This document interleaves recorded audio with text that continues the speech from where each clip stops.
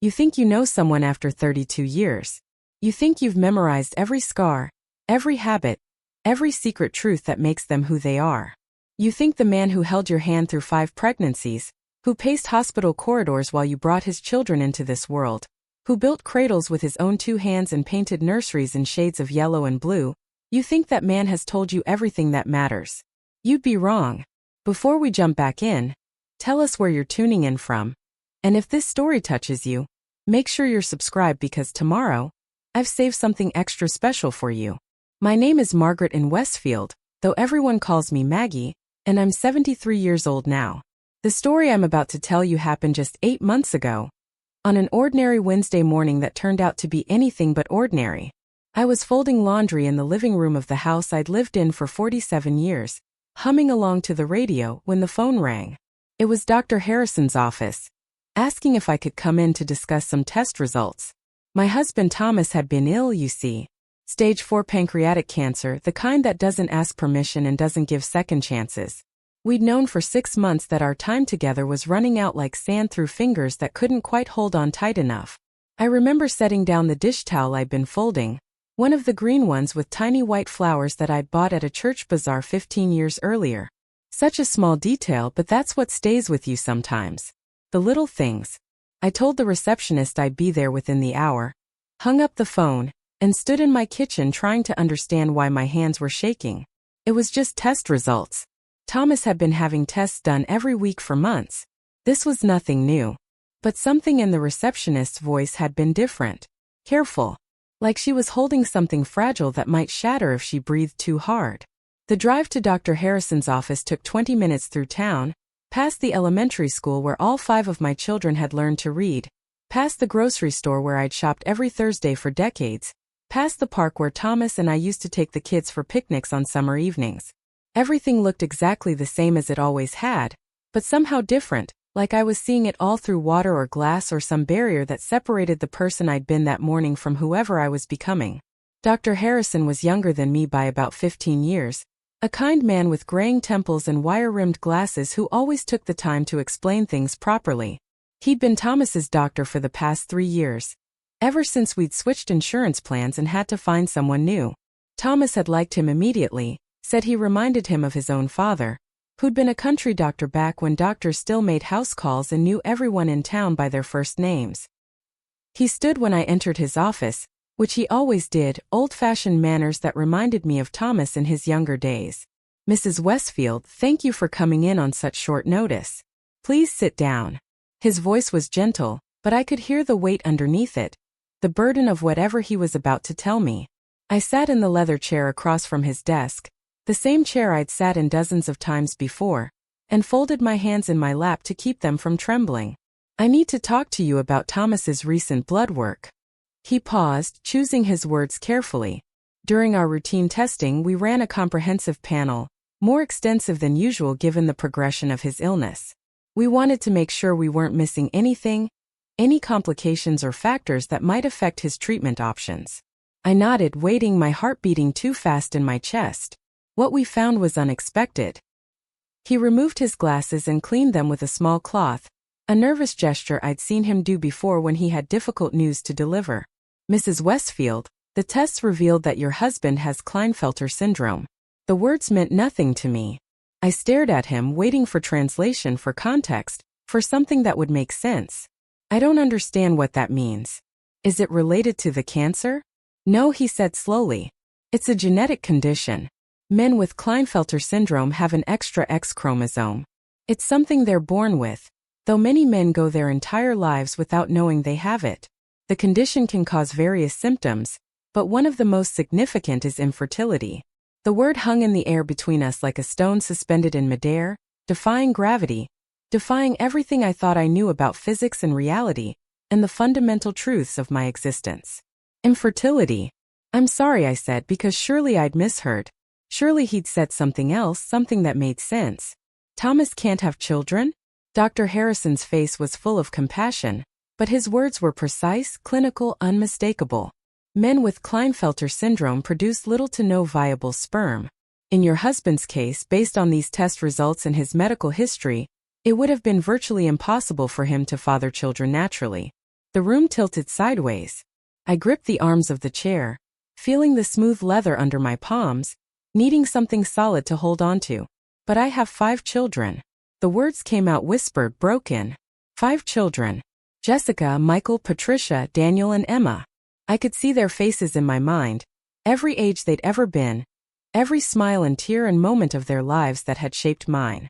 Jessica with her father's green eyes and stubborn chin. Michael with his father's laugh, that deep rumbling sound that started in his chest. Patricia with his long fingers made for playing piano. Daniel with his height, towering over me by the time he was 14. Emma with his sense of humor, dry and quick and always perfectly timed. 5 children who looked like Thomas, who had his features, his mannerisms, his ways of moving through the world. 5 children I'd carried in my body, felt move and kick and hiccup, brought into this world through hours of labor while Thomas held my hand and told me I was doing beautifully, told me he could see the baby's head, told me just one more push and we'd meet our son, our daughter, our perfect miracle. Dr. Harrison was saying something else, his voice coming from very far away. Mrs. Westfield, I understand this is shocking news. I debated whether to tell you at all, given everything you're dealing with regarding Thomas's prognosis. But I felt you had a right to know. I felt it was important information, particularly if it might affect decisions about genetic testing for your children, or if there are medical history questions that might need to be revisited. My children. My 5 children who apparently couldn't be my husband's children. I thought about Jessica, 46 years old now, living in Seattle with her husband and 3 kids of her own. I thought about Michael, 44, a high school teacher in Portland. Patricia, 41, who just made partner at her law firm. Daniel, 38, running his own construction company. Emma, 35, pregnant with her 2nd child and glowing with that special radiance that only expectant mothers have. 5 births I remembered with perfect clarity. Jessica born on a snowy February morning in 1979, 3 weeks early, arriving in such a rush that we barely made it to the hospital. Thomas had been so nervous, a first-time father at 28, his hands shaking as he cut the umbilical cord. Michael born 18 months later, in the middle of a summer heat wave, taking his time, making me work for every minute of the 14-hour labor. Thomas had been calmer that time, experienced, confident, knowing what to expect. Patricia 3 years after that, born at home because she came too fast for us to get to the hospital, Thomas catching her with his own hands in our bedroom while the midwife talked him through it over the phone. Daniel 4 years later, the only one of our children born by cesarean section after 36 hours of labor that went nowhere. I remembered Thomas in surgical scrubs, holding my hand while they cut into me, his eyes full of tears when they held up our 2nd son. And Emma, our surprise baby, born when I was 42, and thought I was done with pregnancies and midnight feedings and diaper changes. Thomas had been 51, going gray at the temples, wearing reading glasses he kept forgetting on top of his head. He cried when I told him I was pregnant, cried again when we found out it was a girl, cried when she was born. This unexpected gift that completed our family in ways we hadn't known it needed completing. How is this possible? I asked Dr. Harrison, my voice sounding strange and hollow. How can Thomas have this condition if he has 5 children? The doctor's face was kind but firm. Mrs. Westfield, I can only tell you what the tests show. Your husband has Klinefelter syndrome. The genetic markers are unmistakable. This isn't something that develops later in life or something that can be misdiagnosed. It's a chromosomal condition he was born with. And while there are very rare cases of men with this condition fathering children, usually with significant medical intervention, the likelihood of naturally fathering 5 children is essentially impossible. I stood up, needing to move, needing to do something besides sit still, while my entire understanding of my life rearranged itself into a pattern I didn't recognize. There must be some mistake. The tests must be wrong. Thomas is their father. He has to be their father. I've never been with anyone else. Never. Not once in 50 years of marriage. Dr. Harrison stood as well, coming around his desk. I believe you, Mrs. Westfield. I'm not questioning your fidelity or suggesting anything about your character. I'm simply telling you what the medical evidence shows. And I think you need to consider the possibility that there's information you don't have. Information that might explain this situation. Information I didn't have. I drove home in a daze, my hands gripping the steering wheel so tightly my knuckles went white. What information could possibly explain this? What secret could make sense of the impossible arithmetic of my life? 5 children minus 1 father equals what? Equals 32 years of lies? Equals a marriage built on foundations I'd never questioned? I thought about Thomas lying in our bedroom, weak and wasting away, the cancer eating through him day by day. We'd been married for 50 years. 50 years of breakfast together and shared bank accounts and knowing how he took his coffee. 50 years of raising children and attending school plays and teacher conferences and graduations. 50 years of holidays and vacations and quiet Sunday mornings reading the newspaper together. 50 years of intimacy, the kind that comes from sleeping beside someone for half a century. From nursing them through illness and celebrating their triumphs and forgiving their small failings. Preparing and narrating this story took us a lot of time, so if you are enjoying it, subscribe to our channel, it means a lot to us. Now back to the story. I knew how Thomas snored, soft and rhythmic, louder when he slept on his back. I knew he preferred his toast slightly burned. I knew he always misplaced his car keys, and had a collection of identical reading glasses scattered throughout the house. I knew he cried at sad movies but tried to hide it. I knew he'd wanted to be a veterinarian when he was young but had become an accountant instead because it was practical, because he had a family to support, because dreams didn't pay the mortgage. I knew everything about Thomas Westfield. Everything except, apparently, the truth about our children. When I got home he was sleeping, which he did more and more these days. The hospice nurse had been there earlier, left a note saying she'd given him his medication and that he'd been comfortable. Comfortable. Such a strange word for dying. I stood in the doorway of our bedroom watching him sleep. He'd lost so much weight that he looked like a different person, his face gaunt, his hands skeletal where they rested on top of the blanket. But I could still see the man I'd married in 1975.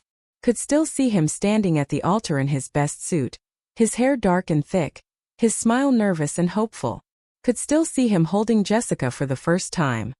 His eyes wide with wonder and terror at the tiny life we'd created. Created. But we hadn't created her, had we? Not if Dr. Harrison was right. Not if Thomas had been infertile all along. I walked to the kitchen and made myself a cup of tea, going through the motions automatically while my mind raced in circles. There had to be an explanation. Maybe Dr. Harrison was wrong. Maybe the tests were faulty. Maybe Klinefelter syndrome didn't always cause infertility.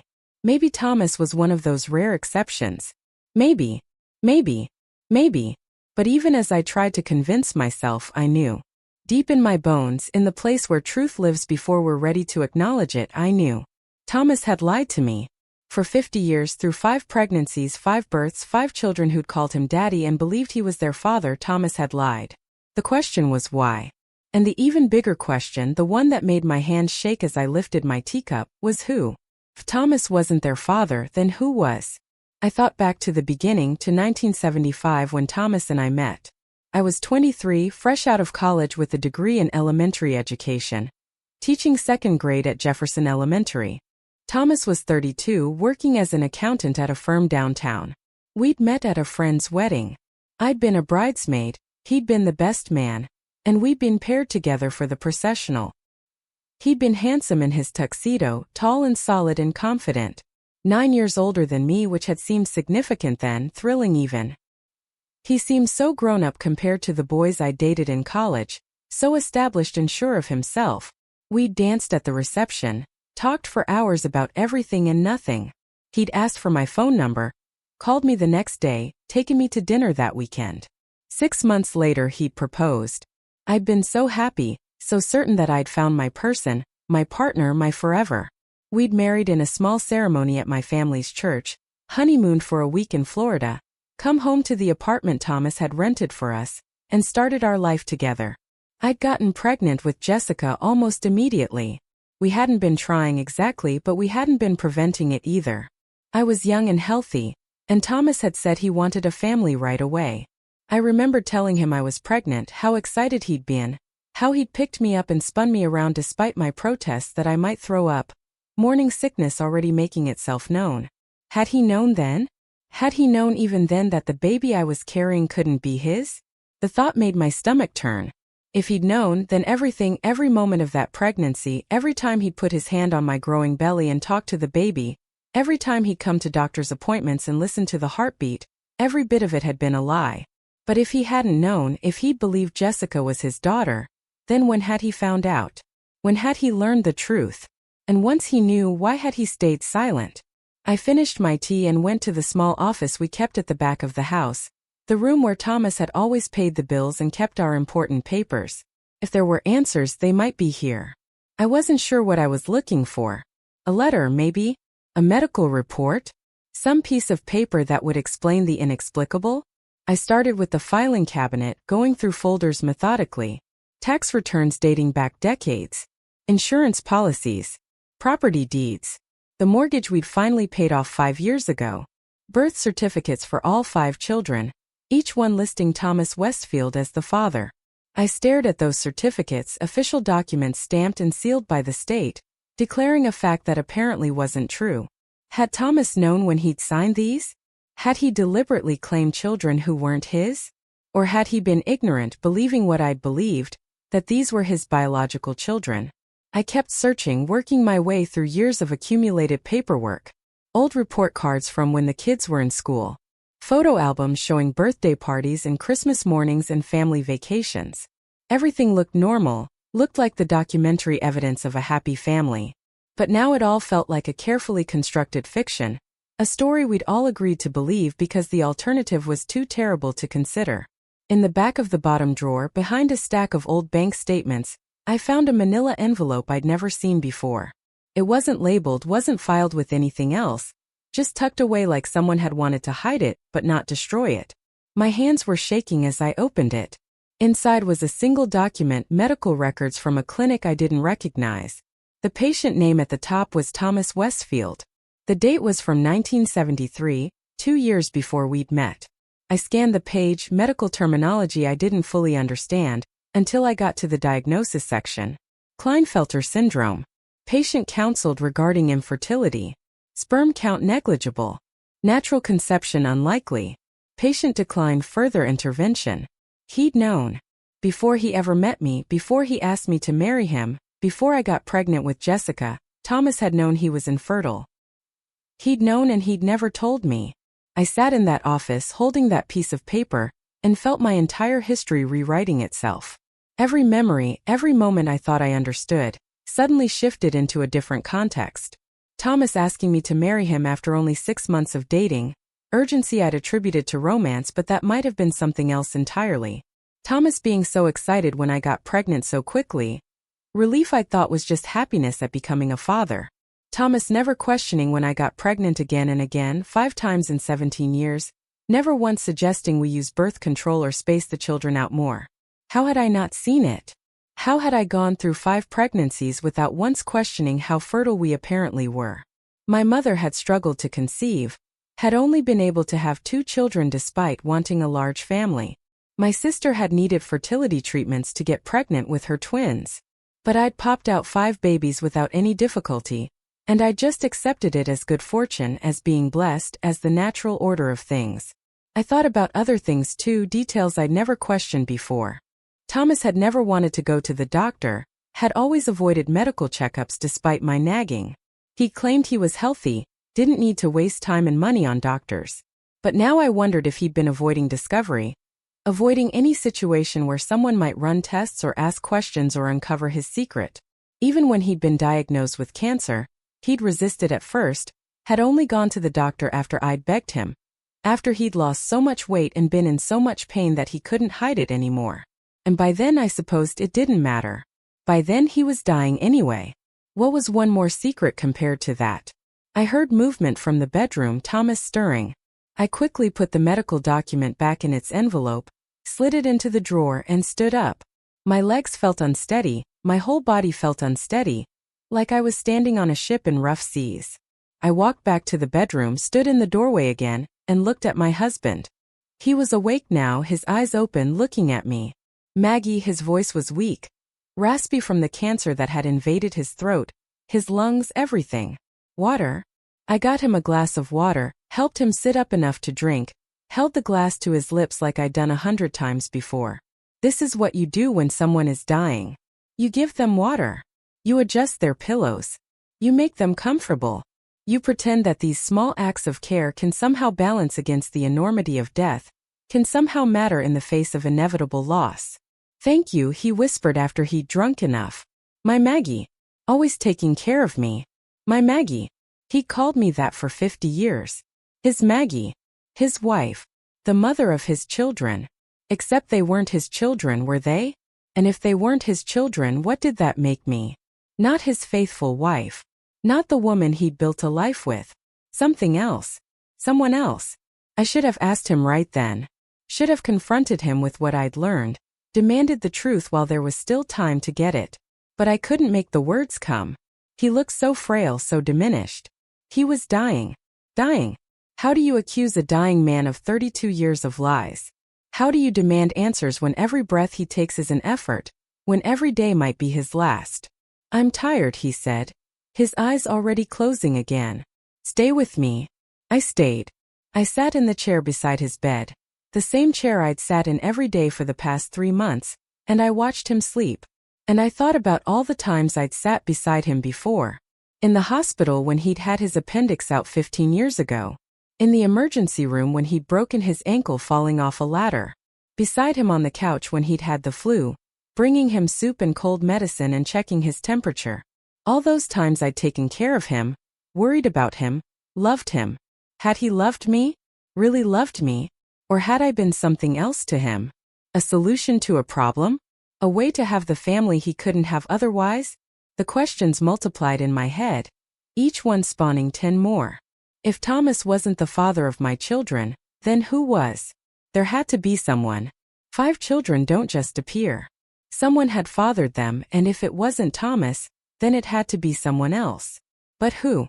I'd never been with anyone else. I'd been a virgin when Thomas and I married. I'd never even kissed another man after we started dating. I'd been faithful, completely, utterly faithful for 50 years. There hadn't been anyone else. There couldn't have been anyone else. Unless. The thought crept in slowly, reluctantly, a possibility too terrible to fully consider. Unless I didn't know. Unless something had happened that I wasn't aware of. But what could that mean? How could I have had 5 children without knowing who the father was? Unless Thomas had known. Unless Thomas had arranged something. The pieces started to fit together in a pattern that made me feel sick. Thomas had known he was infertile before we married. He'd wanted children. He'd married me, young and fertile and trusting. I'd gotten pregnant immediately. 5 times. Had Thomas arranged for someone else to father our children? Was that possible? Could someone do that without me knowing? My mind raced through scenarios, each one more disturbing than the last. Could I have been artificially inseminated without knowing? Could Thomas have taken me to a doctor, told me it was for something else, some routine procedure, and actually had it done without my knowledge? It seemed impossible, seemed like something out of a movie rather than real life. But what other explanation was there? I thought about those first few months of our marriage, trying to remember details I'd never paid attention to. Had there been any strange doctor's appointments? Any times I couldn't remember clearly? I'd been so young, so naive, so trusting. If Thomas had told me we needed to see a doctor, I would have gone. If the doctor had told me to take some medication or have some procedure, I would have done it. I trusted Thomas completely. He was my husband. He was 9 years older, more experienced, more knowledgeable about the world. If he'd said something was necessary, I would have believed him. But even if that explained Jessica, our first child, what about the other 4? Had Thomas somehow arranged the same thing for more times over 17 years? The idea seemed absurd, impossible to sustain. But what was the alternative? That I'd somehow been unfaithful without knowing it? That there had been someone else multiple times and I had no memory of it? Neither explanation made sense. Neither explanation fit with the life I remembered living. But one of them had to be true. The medical evidence was clear. Thomas couldn't have fathered my children. Someone else had. The only question was who and how, and whether I'd been a knowing participant or an unwitting victim in my own life story. Thomas slept through dinner time. The hospice nurse came at 6, checked his vital signs, adjusted his medication, told me he was declining faster now.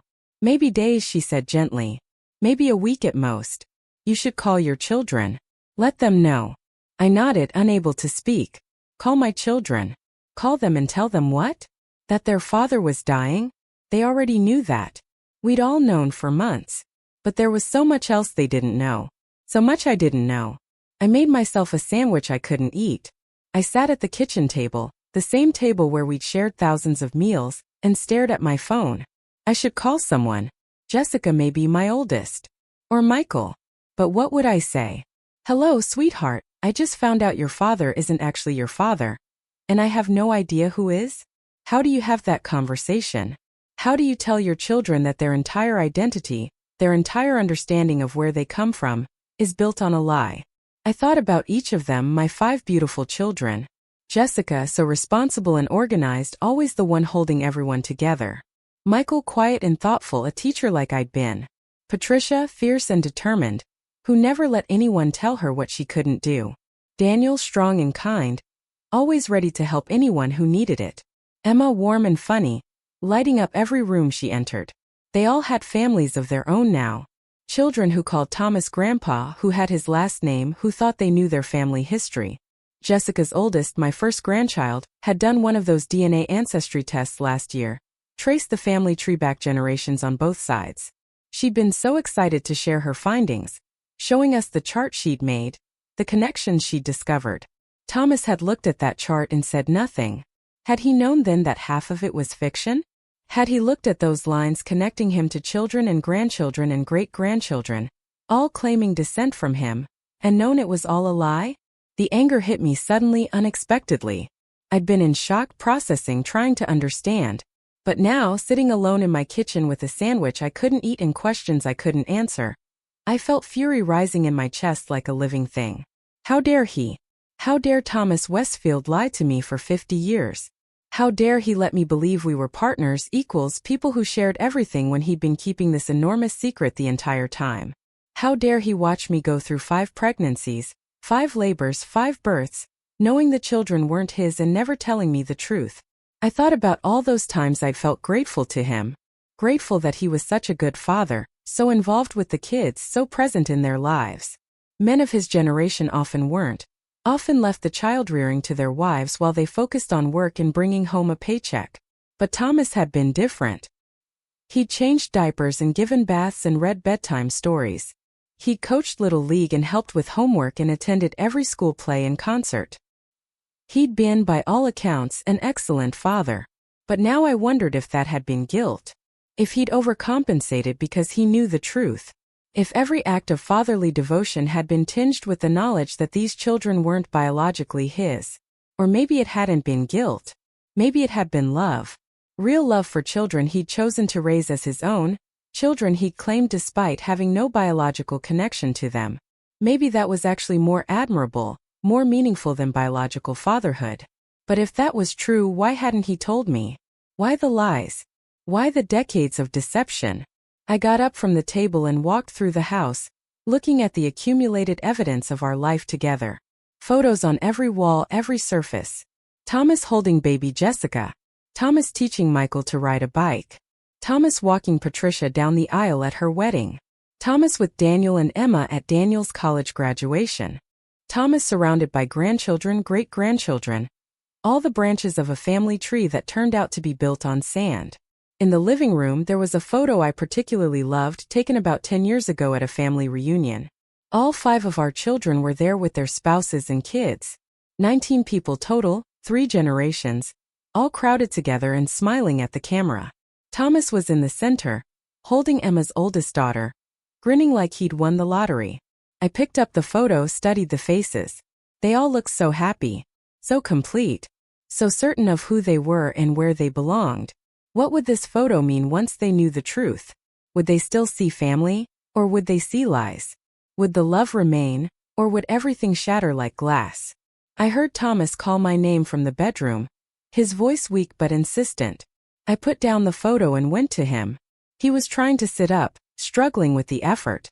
Easy, I said, helping him, arranging the pillows behind his back. What do you need? Talk to me, he whispered. Tell me about your day. Such an ordinary request. The kind of request he'd made thousands of times over 50 years. Tell me about your day. Tell me what happened while I was at work. Tell me what the kids did. Tell me about your life. Except he'd never really told me about his life, had he? He'd kept the most important truth hidden. Locked away where I could never find it. My day? I repeated. You want to know about my day? Please. His eyes were clearer than they'd been in weeks, focused on my face with an intensity that made me uncomfortable. I realized he knew. Somehow he knew that I knew. Maybe Dr. Harrison had called him. Maybe Thomas had requested the genetic testing himself, knowing it would reveal his condition, knowing I would find out. Maybe this had been his plan all along, to let me discover the truth after he was too weak to face the consequences. I went to see Dr. Harrison this morning, I said, watching his face. He had some interesting information to share about your test results. Thomas closed his eyes briefly. Maggie, he started, but I cut him off. You have Klinefelter syndrome. I kept my voice even calm, though inside I was screaming. You've known since 1973, 2 years before we met. You knew you were infertile and you never told me. His face crumpled, tears leaking from the corners of his eyes. I wanted to feel satisfaction at seeing him cry, at seeing him finally face what he'd done. But all I felt was tired. So tired I could barely stand. Why? I asked. That's all I want to know. Why did you lie to me for 50 years? Thomas opened his mouth to speak, but before he could answer, the doorbell rang. I stood there, torn between wanting to hear his explanation and needing to answer the door. The doorbell rang again, more insistently. I'm not done with you, I told Thomas. We're going to have this conversation. But first I need to see who's at the door. I walked to the front door and opened it to find Jessica standing on the porch, her face worried. Mom, are you okay? The hospice nurse called me. She said Dad's declining rapidly and that we should come. She said you seemed upset. I stared at my oldest daughter, this woman who looked so much like Thomas with her green eyes and stubborn chin, and I felt something break inside me. All the anger and hurt and confusion of the past 12 hours came crashing down at once. Jessica saw it in my face, whatever I couldn't hide, and her expression shifted from worry to alarm. Mom, what's wrong? What happened? Everything I wanted to say. Everything happened. Your father has been lying to us for your entire life. You might not be who you think you are. I might not be who I think I am. Our whole family might be built on a foundation of deception and I don't know how to fix it or even if it can be fixed. But I didn't say any of that. Instead, I stepped aside and let my daughter into the house, this house where she'd grown up, where she'd learned to walk and talk and become the person she was. Come in, I said. Your father wants to talk to us. Jessica followed me down the hallway toward the bedroom, her footsteps soft on the carpet I'd vacuumed just that morning. A lifetime ago it seemed now. Before I knew.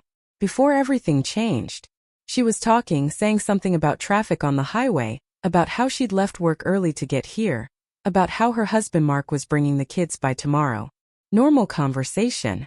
The kind of small talk that fills the spaces between important moments. I heard her voice but couldn't focus on the words. My mind was still back in Dr. Harrison's office, still holding that medical report from 1973, still trying to make sense of the impossible. When we entered the bedroom, Thomas's eyes went immediately to Jessica, then back to me, and I saw fear there. Real fear. Not the fear of dying, which he'd learned to live with over the past 6 months. This was something different. This was the fear of being exposed, of having secrets dragged into daylight after decades of careful concealment. Hi, Daddy, Jessica said, moving to his bedside, taking his hand. How are you feeling? She asked it gently, the way you speak to someone you know is slipping away from you. Someone you're trying to hold on to even as they fade. Thomas's voice came out as barely a whisper. Jessie. My girl. He'd always called her that. My girl. Like she was a possession, something that belonged to him. Or maybe like she was a gift, something precious he'd been given. I wondered which it was. I wondered if he'd ever looked at her, at any of them, and felt like a thief. Mom says you wanted to talk to us, Jessica continued, settling into the chair on the opposite side of the bed from where I stood. Her eyes moved between us, sensing something wrong but not understanding what. Is everything okay? No, I said, the word coming out harder than I intended. Nothing is okay. Jessica looked at me sharply. Mom? Thomas closed his eyes. Maggie, please. Please what, Thomas? Please don't tell the truth? Please keep your secrets a little longer? You're dying. You have days, maybe a week. Did you plan to take this to your grave? Were you just going to let me figure it out after you were gone, when I couldn't ask questions, when I couldn't demand answers? My voice was rising, decades of suppressed everything coming to the surface. You owe me the truth. You owe us the truth. Jessica stood up, alarm clear on her face now. Mom, what are you talking about? What truth? I turned to my daughter, this woman I'd carried in my body, nursed at my breast, raised with every ounce of love I had. This woman who had my hair color and my smile and Thomas's eyes. Except they weren't Thomas's eyes, were they? They couldn't be. Your father has something to tell us, I said. Something he should have told us a very long time ago. Thomas was crying now, silent tears running down his gaunt cheeks. I wanted to feel vindicated, wanted to feel like his pain somehow balanced the scales. But all I felt was hollow. Maggie, I never meant to hurt you. Never meant to hurt you, I repeated bitterly. You lied to me for 50 years, Thomas. 50 years. You let me believe things that weren't true. You let me build my entire life on a foundation of lies. How is that not meant to hurt? Mom, Jessica's voice was sharp now, frightened. You're scaring me. What is going on? Tell her, I said to Thomas. Tell her what Dr. Harrison told me today. Tell her about the Klinefelter syndrome. Tell her about being infertile. Tell her why our 5 children can't possibly be yours. The words hung in the air like smoke after a fire, poisonous and inescapable. Jessica's face went white. What? That's not, she turned to Thomas. Dad? Dad, what is she talking about? Thomas opened his mouth, closed it, opened it again. When he finally spoke, his voice was so quiet we both had to lean in to hear. It's true. I can't have children. I've known since before I met your mother. Jessica sat down hard, like her legs had given out. I watched her process it, saw the same progression of emotions I'd gone through. Confusion, disbelief, the desperate search for some alternative explanation, and then, finally, the terrible acceptance. But then how? She started again. If you can't have children, then who? That's what I want to know, I said. That's what your father is going to tell us right now. No more secrets, Thomas. No more lies. Who fathered my children? Thomas was quiet for so long I thought he might have fallen asleep or slipped into unconsciousness. But then he took a shaking breath and said, Dr. Richard Pemberton. The name meant nothing to me. I searched my memory for any Richard, any Pemberton, any doctor besides our family physician and the specialists I'd seen during my pregnancies. Nothing. Who? I asked. Richard Pemberton was a fertility specialist, Thomas said slowly, each word seeming to cost him effort. He had a private practice in Boston. Very exclusive, very discreet. He specialized in helping couples who were struggling with infertility. Boston. We'd lived in Connecticut when Jessica was born, about 2 hours from Boston. Far enough that we wouldn't run into anyone we knew, close enough for regular appointments. I felt sick. You took me to a fertility doctor? I don't remember that. You wouldn't, Thomas said, and something in his tone made my blood run cold. Dr. Pemberton had a very specific method. He believed that the most natural approach to dealing with male infertility was artificial insemination using fresh donor sperm. But he also believed that the psychological impact on the couple was minimized if the wife didn't know it was happening. The room spun. Jessica made a small sound, almost a whimper. Are you saying I couldn't finish the sentence? Are you saying you had me artificially inseminated without my knowledge? Without my consent? Thomas wouldn't look at me. Dr. Pemberton said it was better that way. He said women who knew they were being inseminated with donor sperm often had trouble bonding with the baby, had trouble accepting the child as their own. He said if you didn't know, if you believed the baby was ours naturally, you'd be a better mother. I thought I might vomit. I thought I might scream. I thought I might grab the water glass on the nightstand and throw it at his head. You violated me, I whispered. You had someone violate my body without my permission. You had no right. No right. I know, Thomas said, still not looking at me. I know. But Maggie, I wanted a family so badly. I wanted children. I wanted to give you children. I was afraid if I told you I was infertile, you wouldn't marry me. You were so young, so beautiful. You could have had anyone. Why would you choose a man who couldn't give you babies? So you chose for me, I said. You decided what I wanted, what I needed, what I could handle knowing. You made decisions about my body, my life, my children without ever asking me what I thought. How many times, Thomas? How many times did this Dr. Pemberton inseminate me without my knowledge? 5 times, he said. Once for each child. I felt like I was falling, like the floor had opened beneath me, and I was tumbling through space with nothing to hold on to. 5 times. 5 separate violations. 5 times someone had done something to my body without my consent while my husband watched and approved and paid the bill. Jessica was standing now, backing toward the door. She started, her voice shaking. I need to go. I need to, she looked at Thomas, at me, her face full of horror. I need to not be here right now. Jessie, Thomas reached out a hand toward her, but she flinched away. Don't call me that. Don't. She turned and ran from the room. I heard the front door slam a moment later, heard her car start in the driveway, heard her drive away too fast, tires squealing on the pavement. We were alone then, Thomas and I. 50 years of marriage reduced to this. A dying man and his betrayed wife in a bedroom that suddenly felt like a crime scene. How did you do it? I asked. How did you get me to these appointments without me knowing what was happening? Thomas sighed, a rattling sound in his chest. Do you remember when we first got married? You had some health issues. Irregular periods, painful cramping. I encouraged you to see a specialist. I told you I knew of a good doctor in Boston, someone who could help. I remembered. Vaguely.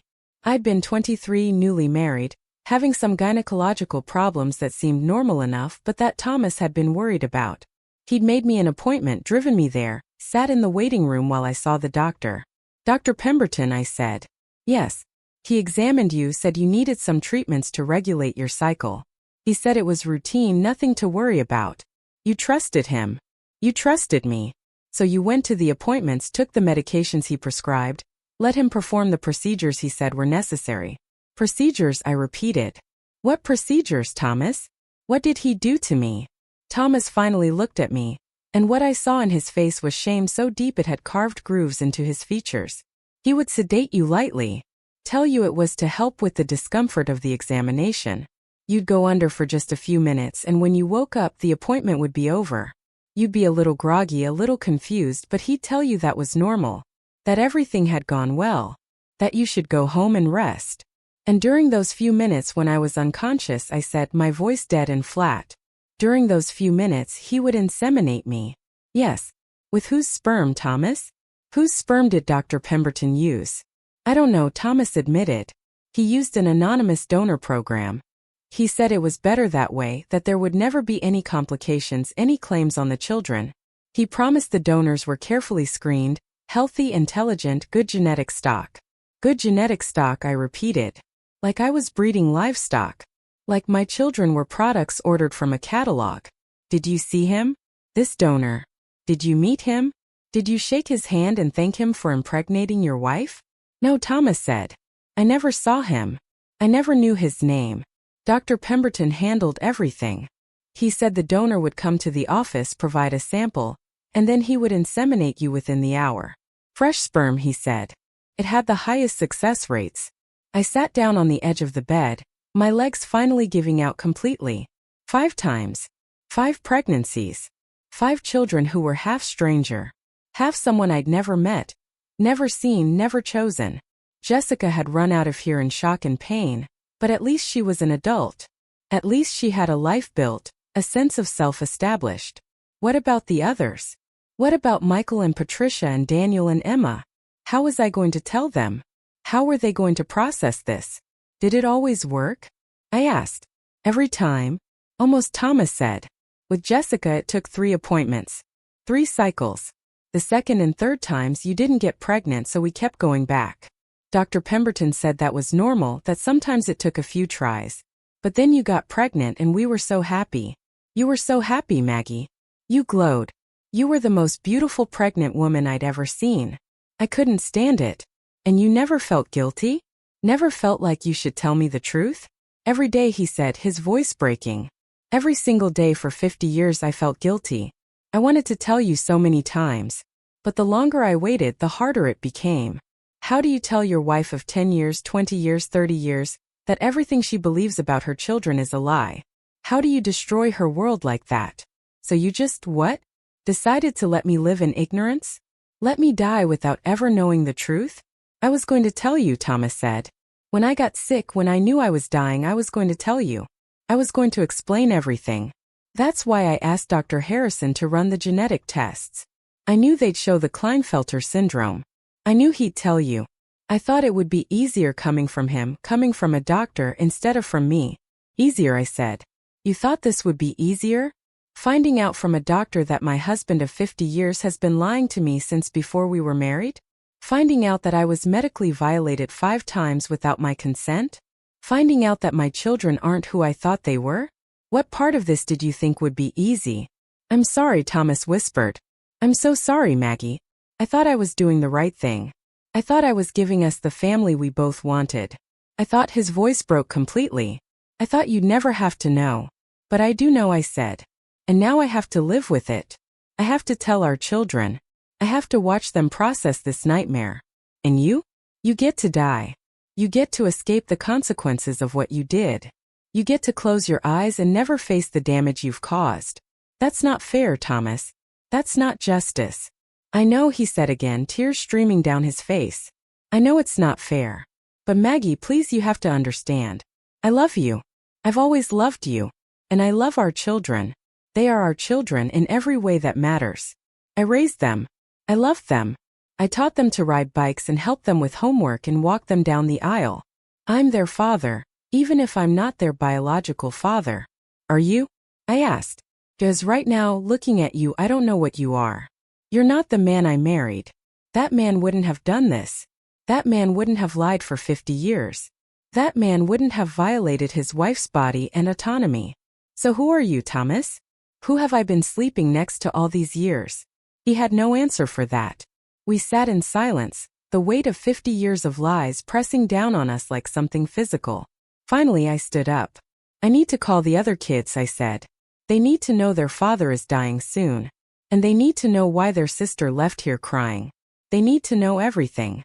Maggie, wait, Thomas tried to reach for my hand, but I stepped back, out of his reach. Don't touch me. Don't ever touch me again.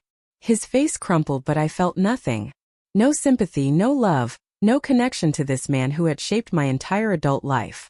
He was a stranger to me now. A stranger who happened to be dying in my bed.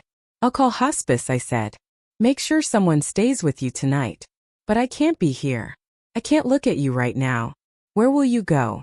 Jessica's probably. Or a hotel. Somewhere that isn't here. Somewhere that doesn't smell like betrayal and lies. Maggie, please, Thomas was begging now, his voice desperate. Please don't leave. I'm dying. I need you. You needed me for 50 years, I said quietly. You needed me to be ignorant and trusting and compliant. You needed me to never ask questions, never demand the truth. Well, I'm done being what you need, Thomas. I'm done sacrificing myself for your comfort. You'll have nurses here. You'll have medical care. You'll die in comfort, which is more than you deserve. And our children? Will you tell them? Will you let them say goodbye? I don't know, I said honestly. I don't know what I'm going to tell them or when. I don't know how to explain this to them without destroying their lives. I don't know how to be their mother right now when I don't even know who their father really is. You're their mother, Thomas said fiercely, with more strength than I'd heard from him in weeks. That's never been in question. You carried them, you birthed them, you raised them. You're their mother, Maggie. No matter what else is true, that's true. He was right about that, at least. Whatever else had been stolen from me, that remained. I was their mother. I'd felt them move inside me. I brought them into this world. I'd loved them every day of their lives. That was real. That was mine. That couldn't be taken away. But everything else? Everything else was built on sand. I left the room without another word, went to my bedroom and started packing a bag. Clothes for a few days. Toiletries. My phone charger. The mundane tasks of leaving reduced to throwing items into a suitcase. I heard Thomas calling my name from down the hall, heard him trying to get out of bed, heard the thump as he fell. I should have gone to him. The woman I'd been yesterday would have run to help him. But I wasn't that woman anymore. That woman had died in Dr. Harrison's office at 4:17 yesterday afternoon. This new woman, this stranger I was becoming, she kept packing. The hospice nurse found him when she arrived for her evening shift. I heard her helping him back into bed. Heard her soothing voice, heard Thomas crying. I felt nothing.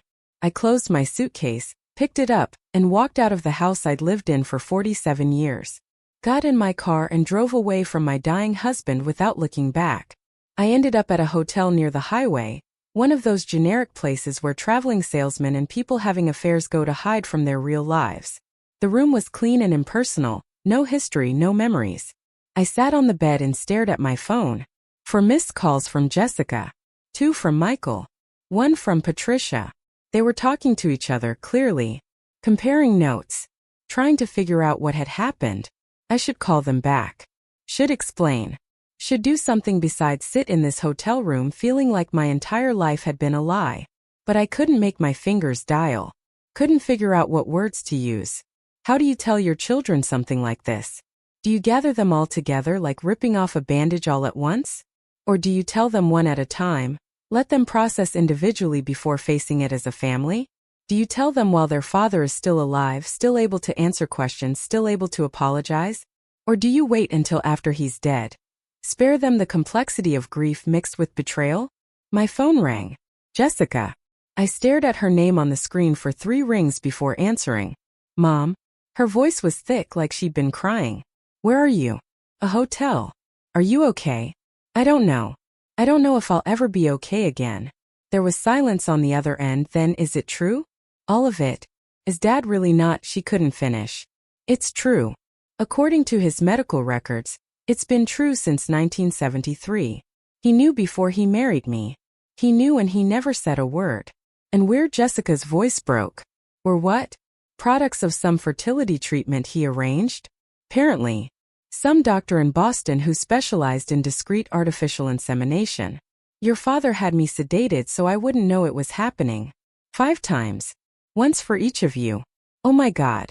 Jessica was crying openly now. Oh my God, Mom. That's rape. He had someone without your consent. That's rape. I hadn't let myself think that word. But she was right. That's what it was. Medical rape orchestrated by my husband, performed by a doctor who was probably dead himself by now. 5 times. I was raped 5 times and I never even knew it. The thought made me want to crawl out of my skin. What are we going to do? Jessica asked. Do we tell the others? I don't know what we're supposed to do with this, Mom. I don't know either, baby. I don't know anything anymore. Where's Dad? Still at home. The hospice nurse is there. He's dying, Mom. Like really dying. Days maybe. And Jessica took a shaky breath. I ran out. I left him there. I was so shocked and scared and I just ran. Do you think I should go back? I don't know, I said honestly. I left too. I packed a bag and walked out and I don't know if I'm ever going back. But you're his daughter. You get to make your own choice about what you want to do. He lied to us, Jessica said. For my entire life he lied. How do I forgive that? How do I sit beside his deathbed and hold his hand and tell him it's okay to let go when none of this is okay? I don't know if you can forgive it, I said. I don't know if I can. But he's still dying. And you'll have to live with whatever choice you make right now. If you don't go back, if you don't say goodbye, you'll carry that for the rest of your life. Is that true for you too? Jessica asked. Are you going to go back? I closed my eyes, feeling tears for the first time since this nightmare began. I don't know. I think maybe I already said goodbye. Maybe I said goodbye to the man I thought he was, and that's all I can manage right now. We talked for a few more minutes, neither of us with any answers, both of us just trying to stay afloat in a flood of information we weren't equipped to process. When we hung up, I lay back on the hotel bed and stared at the ceiling. Somewhere in Boston there was a file with my name on it. A file documenting 5 appointments I barely remembered, 5 procedures I hadn't consented to, 5 violations that had resulted in 5 children I loved more than life itself. How was I supposed to reconcile that? How was I supposed to hold both truths at once? That my children were the greatest joy of my life and also the product of something terrible done to me without my knowledge. And somewhere out there was a man, maybe still alive, maybe dead himself by now. A man who donated sperm to a fertility clinic in the 1970s and 80s. A man who had no idea he had 5 biological children. A man whose DNA was woven through my entire family, whose genetic legacy lived in my children and grandchildren and great-grandchildren. A man whose name I didn't know, whose face I'd never seen, who was in some ways more fundamentally connected to my children than Thomas had ever been. Did he know? Did Dr. Pemberton tell his donors where their sperm was going? Did this man know that he'd fathered children? Or had he simply collected his money and gone on with his life, never thinking about what he'd created? And did it matter? Did knowing who he was change anything? My children were still my children. I'd raised them. I'd loved them. I'd shaped who they became. Biology didn't change that. But it changed something. It changed the story I told myself about my life. It changed my understanding of my marriage. It changed the fundamental truth of my family. And I didn't know how to live with that change. I didn't know how to be Maggie Westfield anymore, when everything that name meant had been revealed as fiction. My phone buzzed with a text from Michael. Mom, Jessica called me. Is it true about Dad? Can we talk? I turned off my phone. I couldn't have this conversation 4 more times tonight. Couldn't explain and re-explain and watch each of my children process the same shock and pain and betrayal. Tomorrow. I deal with it tomorrow. Tonight I just needed to breathe. Needed to exist in this anonymous hotel room where nobody knew me. And I didn't have to be anyone's mother or wife or victim. Tonight I could just be nobody. And maybe that was enough. The call came at 3 in the morning. The hospice nurse, her voice professionally gentle even at that hour. Mrs. Westfield, you need to come. It's time. I'd been awake anyway. Lying in the dark hotel room, thinking about everything and nothing. Thomas was dying. The man I'd loved for half a century, the man who'd betrayed me for just as long, was taking his final breaths. And despite everything, despite the lies and violations and decades of deception, I found myself getting dressed, checking out of the hotel, driving through empty streets toward the house I'd sworn I'd never enter again. Because that's what 50 years does to you. It writes itself into your bones, into your reflexes, into the automatic responses that bypass conscious thought. Your husband is dying, you go to him. Even when he's a stranger. Even when he's a monster. Even when every rational part of your brain is screaming that he doesn't deserve your presence. The house was lit up when I arrived, every window glowing against the pre-dawn darkness. I used my key, walked in to find all 5 of my children gathered in the living room. Jessica, Michael, Patricia, Daniel, Emma. My babies all grown up, all wearing the same expression of confused grief. Mom, Michael stood when he saw me. His eyes were red. We've been trying to call you. I know. I turned off my phone. I couldn't. I stopped, shook my head. Is he still conscious? Barely, Patricia said. Her voice was cold, harder than I'd ever heard it. The nurse says it could be minutes or hours. She said we should say whatever we need to say. They all looked at me then, waiting for me to be the mother, to be the one who held everyone together, who knew what to do. But I didn't know. I'd never felt more lost in my life. Jessica told us, Daniel said quietly. About Dad. About he couldn't finish the sentence. About what he did, Emma finished for him. Her hand was on her pregnant belly, protective. About the doctor and the lies and everything. She started crying then, quiet tears sliding down her cheeks. How could he do that to you, Mom? How could he do that to us? I don't have those answers, I said. I don't know if anyone does. The hospice nurse appeared in the hallway. He's asking for you, she said to me. All of you if you're ready. We're not ready, Patricia said sharply. How could we possibly be ready for this? But we went anyway, filing down the hall like mourners at a funeral that hadn't happened yet. Thomas was barely recognizable. His body so wasted by cancer that he looked like a skeleton wrapped in loose skin. But his eyes were open, struggling to focus as we arranged ourselves around his bed. My children, he whispered. All my beautiful children. We're not yours, Patricia said, her voice like ice. That's the whole point, isn't it? We were never yours. Patricia, Jessica started, but Patricia cut her off. No, we're not going to pretend this is okay. We're not going to stand here and let him have some peaceful death surrounded by family when he destroyed this family with his lies. Thomas's eyes found Patricia, and I saw him flinch at the rage in her face. I love you, he said. I've always loved all of you. You don't get to say that, Patricia shot back. You don't get to claim you love us when you built our entire existence on a lie. When you violated our mother. When you made us into some kind of experiment without our consent. Michael put a hand on Patricia's shoulder, but she shook it off. I'm not going to be quiet about this. I'm not going to give him absolution just because he's dying. Maybe he deserves to die knowing what he destroyed. The room went silent except for the sound of Thomas's labored breathing and the quiet beeping of medical equipment. Emma was crying openly now, and Daniel looked like he wanted to disappear into the walls. Jessica stood frozen, torn between her anger and her grief. And I stood at the foot of the bed, watching this family fracture in real time. Your sister is right, I said finally. Thomas's eyes moved to me.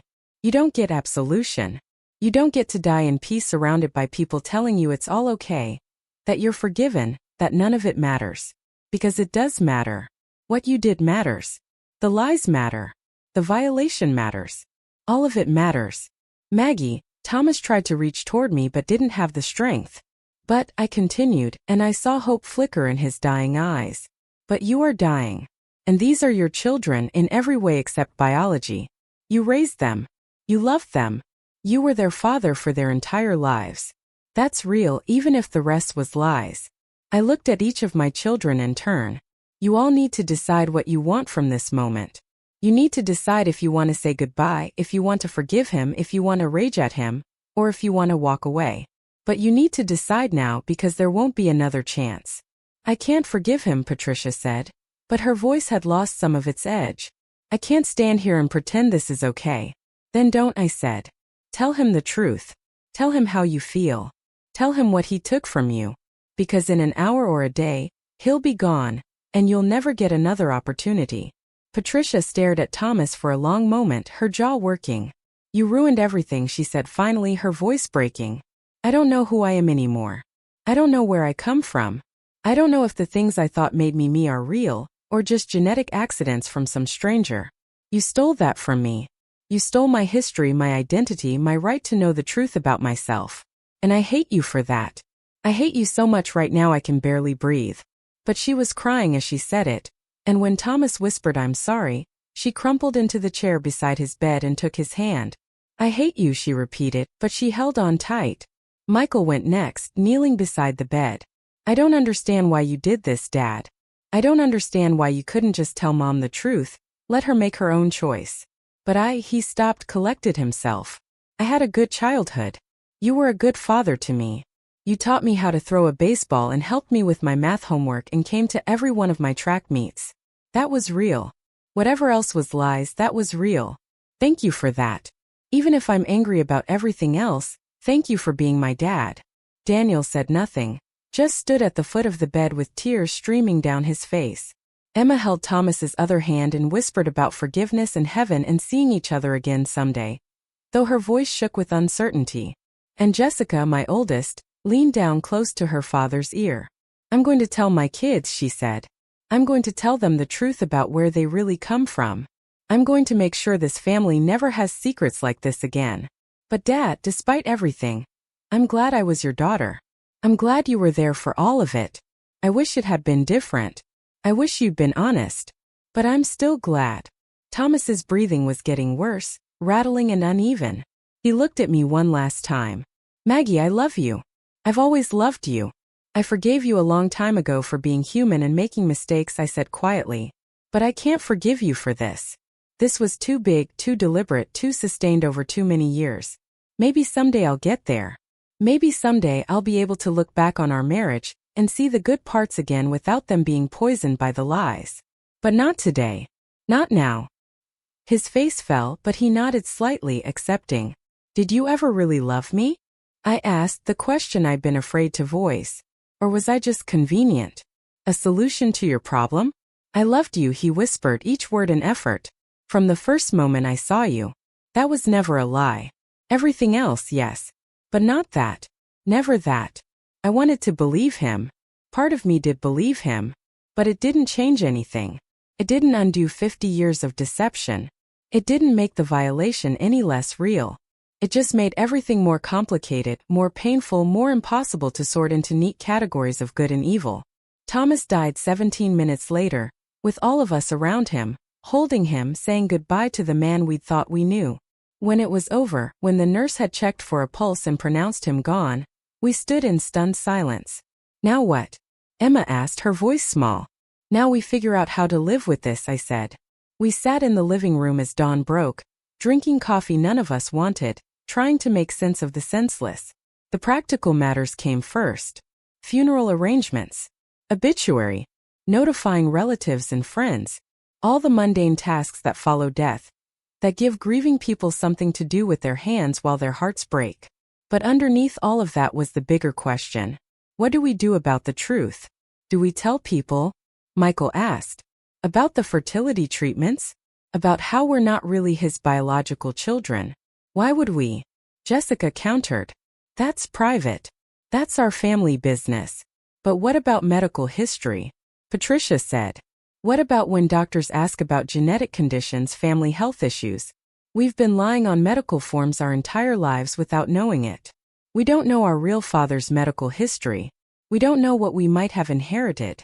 She was right. There were practical implications to this revelation beyond just the emotional devastation. My children needed to know their real genetic background for health reasons if nothing else. I'll try to find Dr. Pemberton's records, I said. If his practice still exists, if there are files somewhere, maybe we can get information about the donor. Maybe we can at least get medical history even if we can't get a name. And if we can get a name? Daniel asked quietly. If we can find out who he is? Do we want to know? The question hung in the air. Did we want to know? Did it matter? Would knowing change anything? I don't know, I admitted. I think that's something each of you needs to decide for yourselves. If we can find information, I'll share it. But what you do with it is up to you. You're adults. You get to choose how much truth you want to live with. Over the following weeks, as we buried Thomas and sorted through 50 years of accumulated belongings, I began my search. Dr. Richard Pemberton had died in 1998, but his practice had been taken over by a younger partner who'd maintained the records. It took 3 lawyers, 2 court orders, and more money than I wanted to think about, but eventually I got access to the files. The donor was listed only as number 847. No name. No identifying information beyond basic stats. Height 6'1". Weight 180. Hair brown. Eyes blue. Blood type O positive. Education level college graduate. Occupation engineer. That was it. That was all Thomas had known about the man who'd fathered our children. A number and some statistics. But the medical history was there. Detailed, thorough, exactly what my children needed. No genetic disorders, no family history of cancer or heart disease or diabetes. Healthy as far as anyone could tell. I made copies of everything and gave them to each of my kids. Let them read through the clinical descriptions of half their genetic heritage. It's strange, Emma said when she came to visit a month after Thomas died. Reading about donor 847 like he's a product specification. Like he's not a real person who exists somewhere. Maybe he doesn't exist anymore, I said. Maybe he died years ago. Maybe he's old now, living somewhere with no idea he has 5 biological children and a dozen grandchildren. Or maybe he knows, Emma said softly. Maybe he thinks about us sometimes. Wonders who we became. Maybe he regrets being anonymous. We'll never know, I said. And maybe that's for the best. Patricia disagreed. She'd done one of those DNA ancestry tests 3 months after Thomas died. Uploaded her results to every database she could find, looking for genetic relatives. She found second cousins, third cousins, distant connections that meant nothing. But no half-siblings. No father. Number 847 had apparently never tested his DNA, and neither had any children he might have had in his real life, his life outside the fertility clinic. I need to know, Patricia told me over dinner one night. I need to know who I really am, where I really come from. You come from me, I said firmly. You come from love and intention and 50 years of family. Biology is just biology. But it's my biology, she insisted. It's half of what makes me me, and I have a right to know. She was right. They all had rights here that had been violated. Rights to know their origins, their history, their truth. I couldn't argue with that. Michael took the opposite approach. He threw away the medical records, refused to discuss donor 847, told his family that Thomas was his father in every way that mattered and he wasn't interested in rewriting history. Daniel fell somewhere in the middle, curious but not consumed, accepting that some questions might never have answers. And Jessica, my firstborn, the one who'd run from Thomas's room in horror when she first learned the truth, she surprised me. She'd done her own investigation, had tracked down 2 other women who'd been patients of Dr. Pemberton's practice in the 1970s. Women who'd known they were being inseminated with donor sperm, who'd chosen it, who'd built families intentionally with the help of anonymous donors. They'd formed a support group years ago, these donor-conceived families. They'd helped each other navigate the complicated emotions around genetic heritage and identity.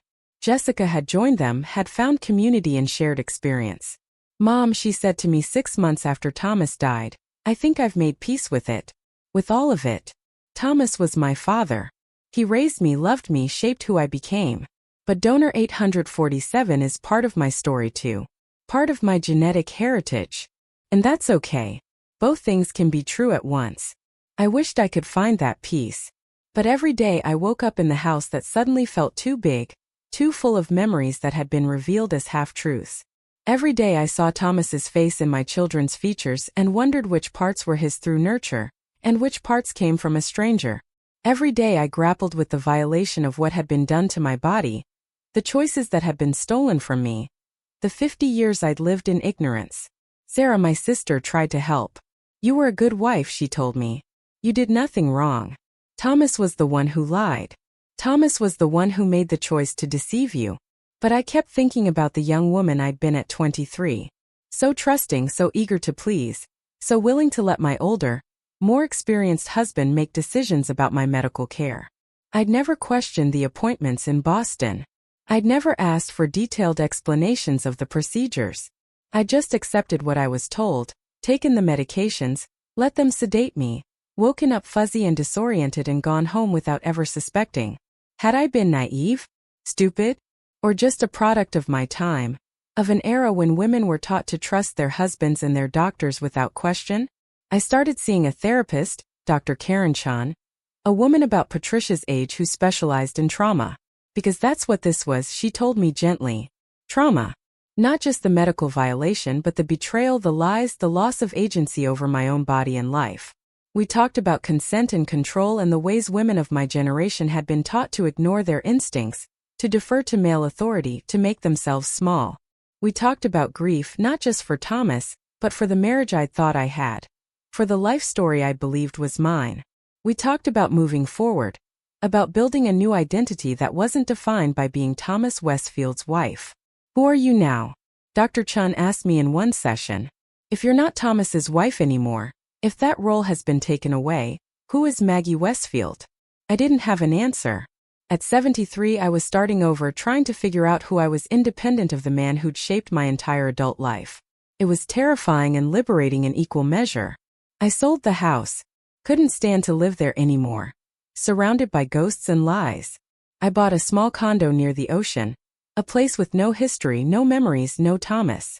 I painted the walls colors he would have hated, bought furniture he would have said was impractical, decorated with art he would have called frivolous. I built a life that was entirely mine. My children worried about me, called too often, visited too much, treated me like I might break. But slowly, gradually, I found my footing. I volunteered at a women's shelter, helping other women who were rebuilding their lives after betrayal and abuse. I joined a book club, made friends who knew me as just Maggie, not as Thomas's widow or as the woman whose husband had secretly had her artificially inseminated. I traveled, went to places Thomas had never wanted to visit, saw things I'd always dreamed of seeing. And slowly, painfully, I began to forgive myself for all the things I thought I should have known, should have questioned, should have prevented. A year after Thomas died, Patricia called me with news. "Mom, I found him. I found donor 847. My heart stopped. How? DNA match. A half-sister uploaded her results last month. We connected, compared notes. Her father was also donor 847. He donated sperm in the 70s and 80s to make money during graduate school. He's 78 now, retired, living in Vermont. And he wants to meet us." The room spun. Meet us. Meet the biological father of my children. The man whose DNA had shaped half of who they were. The stranger who'd unknowingly been part of our family for 50 years. "Do you want to?" I asked Patricia. "Want me to what? Want me to meet him? Or want me to ask if you want to meet him?" "Both," I said. "Think so," she said. "I think I need to see him." To see where I got my height, my eye color, my aptitude for math. To see the other half of my genetic equation. The kids are planning a trip next month. All 5 of us. We're going to Vermont. And we wanted to know if you wanted to come. Me? Why would I go? Because you're our mother, Patricia said simply. Because you're part of this story too, even if it's not the story you thought you were living. Because maybe you need to see him too. To see that he's just a person, not a monster or a mystery. Just a man who made a choice 50 years ago that rippled out in ways he never imagined. I thought about it for 3 days. Thought about facing the man whose sperm had been used to violate me, whose genetic material had created my beloved children. Thought about what I would say, what I would feel, whether it would help or hurt. In the end, I decided to go. Not for him. Not for closure or forgiveness or answers. But for my children who needed me there. And maybe just a little bit for myself. We met him at a coffee shop in Burlington. His name was Robert Chen, no relation to my therapist. He was tall, slender, with silver hair and blue eyes that I immediately recognized in 3 of my 5 children. He stood when we entered, nervous energy radiating from him. "I'm Bob," he said. I'm not sure what to call you. How about we start with your names?" I suggested, and we went around the circle. Jessica, Michael, Patricia, Daniel, Emma. He repeated each name carefully, like he was memorizing something precious. "And you're their mother," he said to me. "Maggie, I know this must be strange for you. I never knew. I want you to know that. I never knew Dr. Pemberton was using my donations without informing the mothers. I thought it was all above board, that everyone involved had consented. When Patricia contacted me, when I learned the truth, I was horrified. I searched his face for signs of deception but found only sincerity. You donated sperm in the 70s? Yes. I was in graduate school studying engineering. Money was tight. The fertility clinic paid well. And they said they were helping couples who wanted children but couldn't have them. Seemed like a good thing. A way to help people while earning some extra income. I donated maybe a dozen times over 2 years. Then I graduated, got married, started my own family. I never thought about it again until Patricia's message. "Do you have other children?" Emma asked. "From your marriage?" "2 daughters," Bob said. "Both grown now with families of their own. I told them about you, about this meeting. They're shocked, obviously. But they're curious. They want to meet their half-siblings someday. If that's something you'd be comfortable with." We talked for 2 hours, sharing stories, comparing features, marveling at genetic coincidences. Michael had Bob's sense of humor. Patricia had his analytical mind. Daniel had his hands long-fingered and precise. It was surreal and ordinary all at once. Like meeting a distant relative you'd heard about but never expected to know. "What was Dr. Pemberton like?" I asked finally. "Did you ever meet the couples who were being helped?" Bob shook his head. "No. I only dealt with lab technicians. I'd provide a sample, collect my payment, and leave. It was all very clinical, very anonymous. That was the whole point. The clinic promised confidentiality on both sides." He looked at me directly. "Mrs. Westfield, Maggie, I'm so sorry for what was done to you. I had no idea.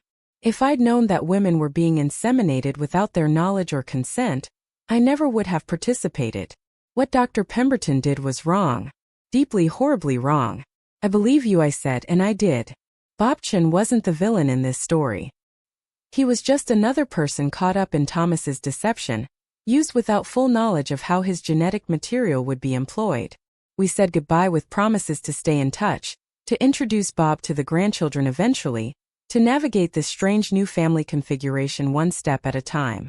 On the drive home, my children were quiet, processing. "What did you think, Mom?" Jessica asked finally. "I think," I said slowly, "that biology is complicated. That family is complicated.